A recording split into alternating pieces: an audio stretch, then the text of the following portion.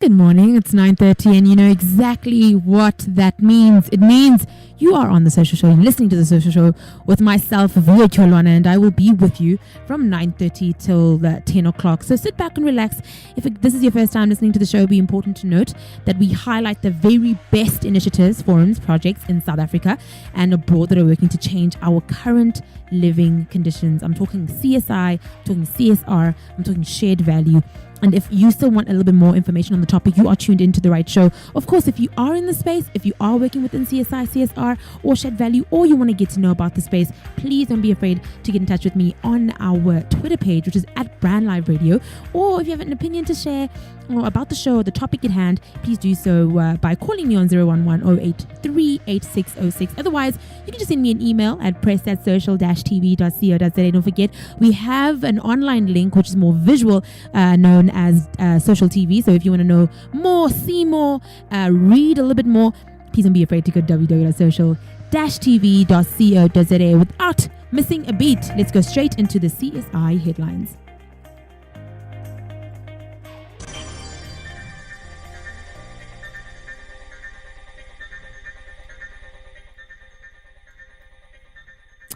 Blue Water, global water technology company based in Sweden, has partnered with iDrop Water, a South African water solutions provider, to provide better access to clean drinking water and reduce single-use plastic bottle use.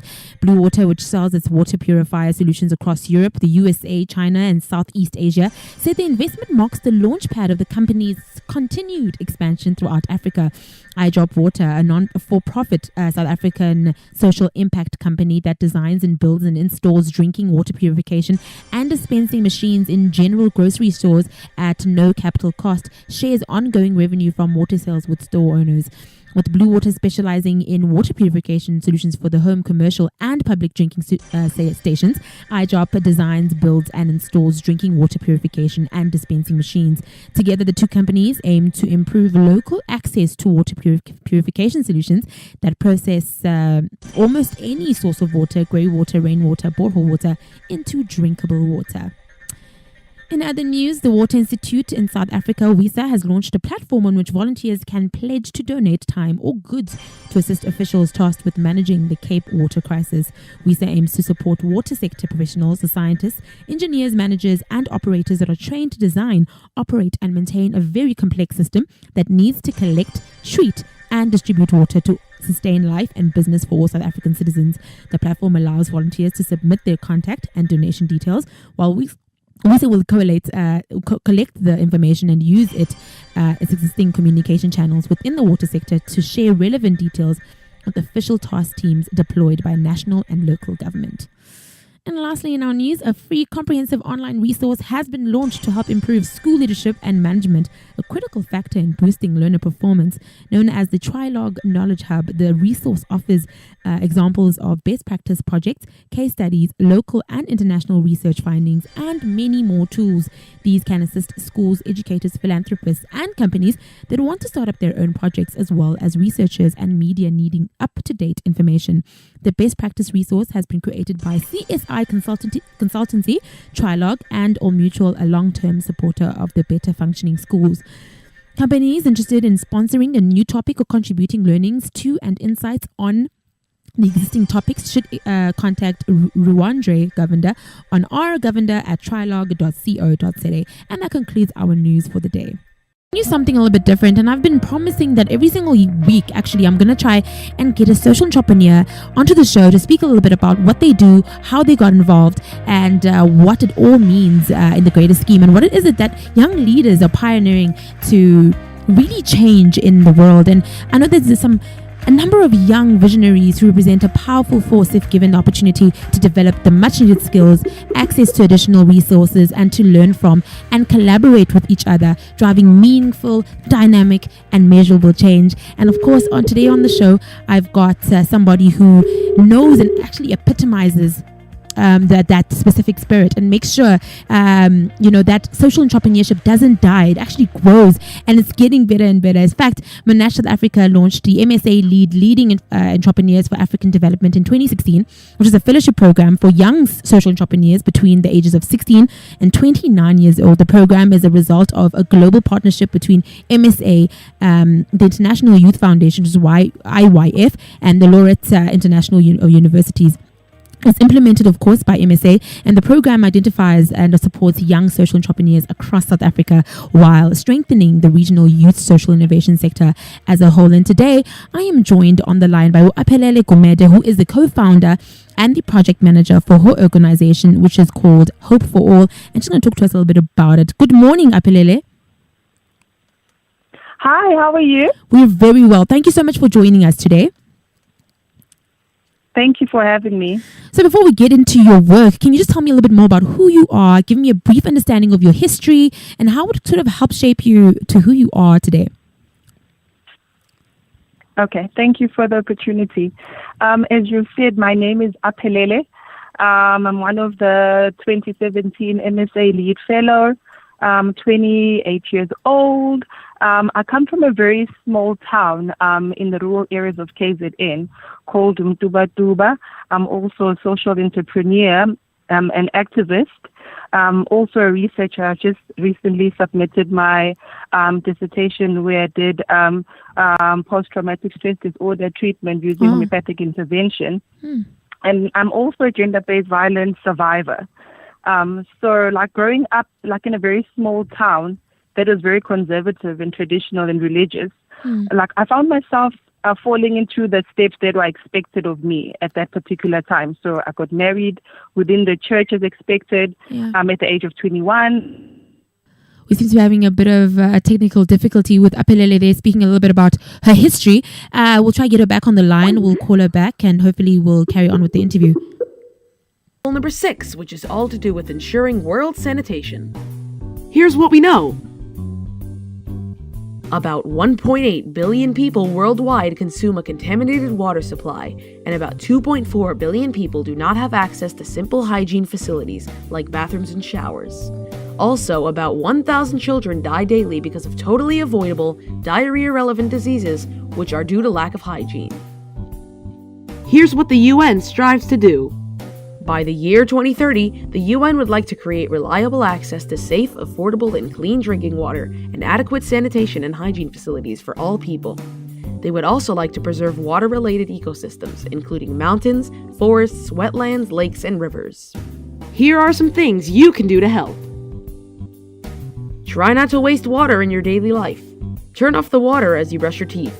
Take shorter showers. Make sure to also take good care of your water and use it effectively. We had a bit of technical difficulty there. Aphelele, are you still there? Yes, I'm here. I think the network in my area is not so great. No problem. You were talking to us a little bit about your life in the church. Pardon? You were speaking about your affiliation with the church and you got married at a young age. That's where you were. Okay. Yes. All right. Yes. I was just mentioning that I had to obviously get married at the age of 21. And then I was in a very abusive relationship and with actually nobody to turn to because certain topics were considered private and taboo and still are in my hometown. So I became depressed and very suicidal. I think after a couple of attempts of suicide, thanks to a really good friend of mine who came into my intervention and provided me hope when I actually felt hopeless. It was at this particular time after I actually got myself out of the depression that we actually now founded my organization called Hope for All. And when did you fall in love with social entrepreneurship in essence? Because I find that when you do go through something, you have sort of a little bit more of capacity to help other people. So it sort of feels as though you when somebody helped you, you also felt like you needed to help more people around in your space. Is that correct? Sorry, can you repeat that? I can't hear you. When did you fall in love with social entrepreneurship? When was that? When did you fall in love with social entrepreneurship? When I fell in love with social entrepreneurship. Yes, ma'am. Okay. So, like growing up, like I've always witnessed a lot of injustices, obviously, because I come from a very conservative background. I felt a very strong calling to address all the social issues that I saw around me. But doing civic work was not what my parents actually sent me to university for. Yes. So I felt a strong calling, though, to help people. And it was only last year, I think around about June, when I had just been promoted at work, that I actually realized that civic work was really my calling. It was at that particular time that I actually resigned, and I haven't actually looked back ever since. So that for me was the time that actually I fell in love with social entrepreneurship. And that's when you got involved with the MSA Lead program. Pardon? Is that when you decided to get involved with the MSA Lead program? In fact, how did you find out about this Lead program? How did you get involved? Okay. So the Monash South Africa program was actually introduced to me by the previous year MSA Lead Fellow. I just went to her to confide and actually try and ask for assistance, especially after I'd resigned from work. So I was trying to find out how I can actually balance off between civic work and actually making a living, yes, so that I'll be able to actually support my 6-7-year-old daughter at that particular time. Yes. So she told me more about the MSA Lead and how it actually is going to bring that balance and teach me how to actually sort of make money by doing the work that I actually love. So that is when I was actually introduced and I got involved with MSA Lead. I researched about it and then I applied to the program, and by God's grace, I got accepted into the program. That's lovely. Now tell us about Hope for All. Tell us about your idea, your model, and what social issue you're trying to challenge. Sorry, I keep losing you. I'm saying, can you tell us a little bit about Hope for All? Can you tell us a little bit about Hope for All? Perhaps just an idea of the model and what sort of social issue you're trying to challenge. Are you asking about Hope for All? Yes, please. Let's know a little bit more about that. What are you asking about Hope for All? Tell us more about Hope for All, please. I must tell you more about Hope for All. Yes, please. Okay. So what Hope for All basically is a youth-led organization that focuses on youth empowerment around the topics of your gender-based violence, for example, the one that I'm leading, your sexual reproductive health rights, and also HIV and AIDS. So because we're in a very conservative town, as I said, so most of these topics that I just mentioned to you are very taboo, and you hardly get anyone to actually speak about it openly and freely. So we've devised a program whereby we will use edutainment. So when we try to educate people using an entertaining way, so that we can allow the people to open up more, because we realize that when we use like role playing and drama to speak about a topic that would not be necessarily open to speak about, it sort of created an ambience where people are more relaxed and they're sort of caught off guard, and they end up actually discussing issues that they normally wouldn't speak about, but they can relate to it much better because of the role playing. So that's what we do. So then after that, we'll introduce dialogues after those role plays, and we'll ask people to do role plays as well to sort of like depict a situation that they normally see around. So it sort of takes them out personally and it gives it a more generalized feel, but at the same time we realize that they're actually speaking about their own issues. So that's what we focus on a lot in our area. So we're at a point where we're actually sensitizing the community regarding these difficult topics. And also we just try to offer a linkage to the relevant people that they see. So if we're in a session and we find that there's someone who's been a victim, we try to offer them to the relevant linkage, to the assistance after that. And so we educate and we empower young people, especially young women and girls, to actually also remove the stigmas that they're currently facing regarding to gender-based violence and HIV and AIDS. I completely agree with you. I think there's a lot that can be said about how stigma is worse off than the actual disease, with the actual situation that you're going through. Just the stigma of not being able to speak about it because you think people are going to speak against you or speak, negatively against you. Who do you hope to collaborate with in the future to help grow your business?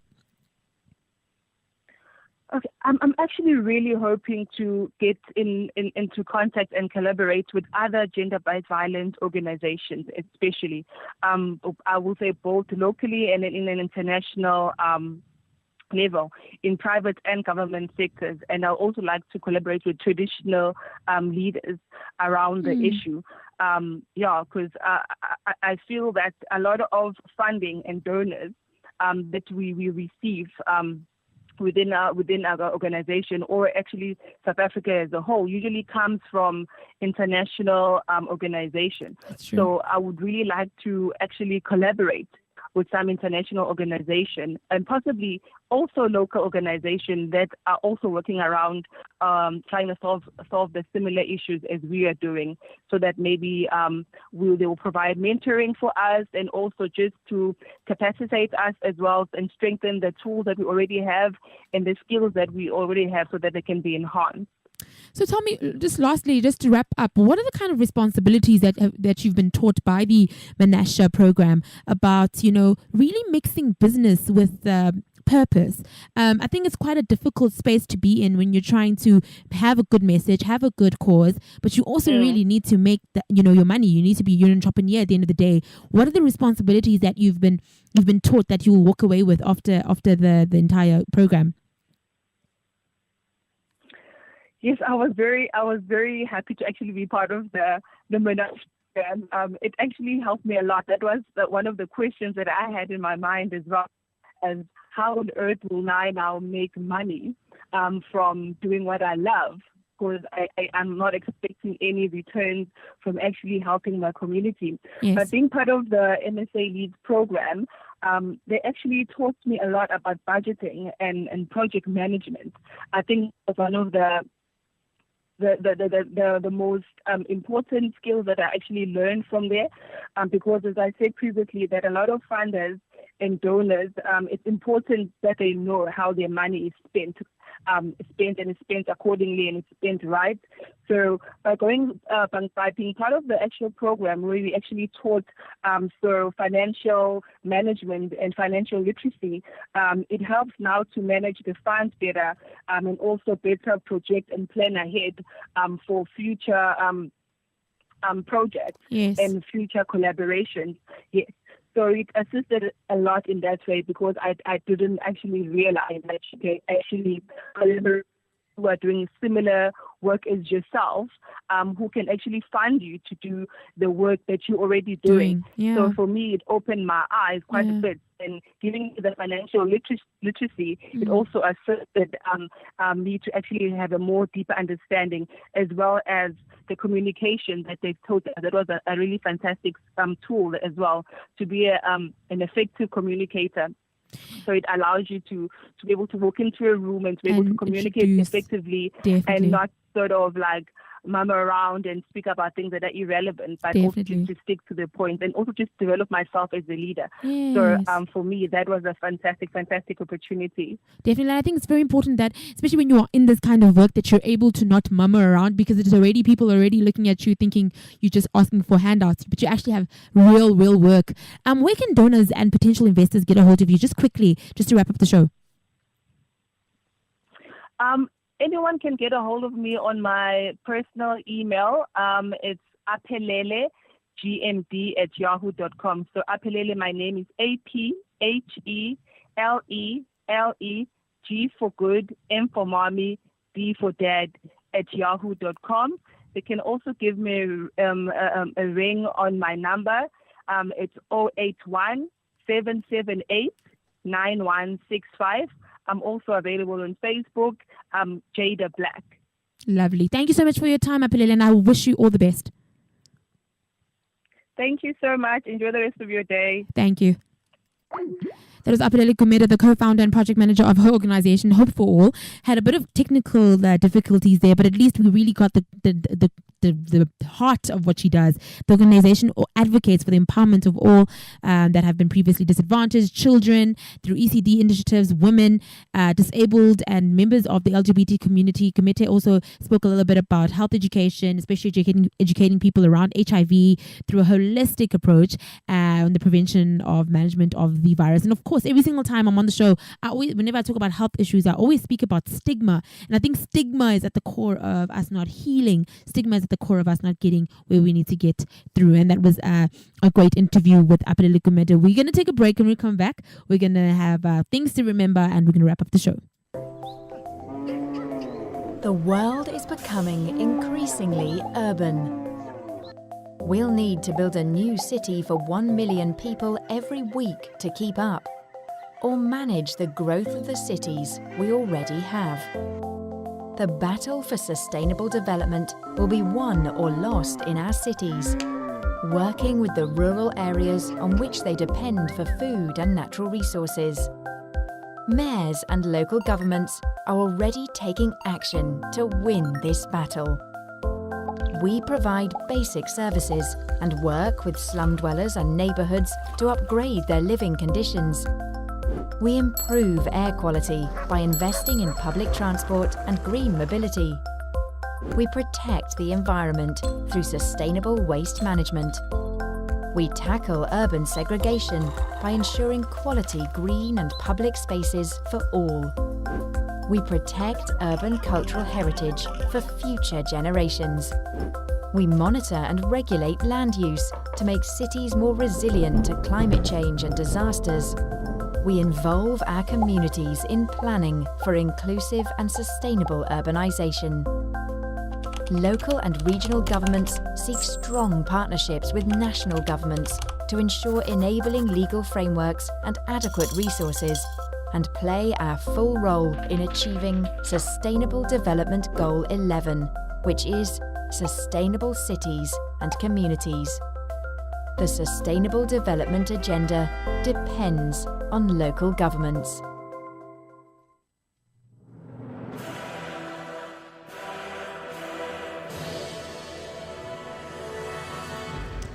You know what time it is. It's time for things to remember. That one thing that you will have in your head all the way to the office while you're in your meetings, while you're drafting up proposals. Things to remember is a part of the show where we speak about something that is quite easy to remember, but something that might spark up conversations in the home, in the office, and in any space. We're going to play a little clip, and we'll be back after this. What is individual social responsibility? Social responsibility is about me, you, and us.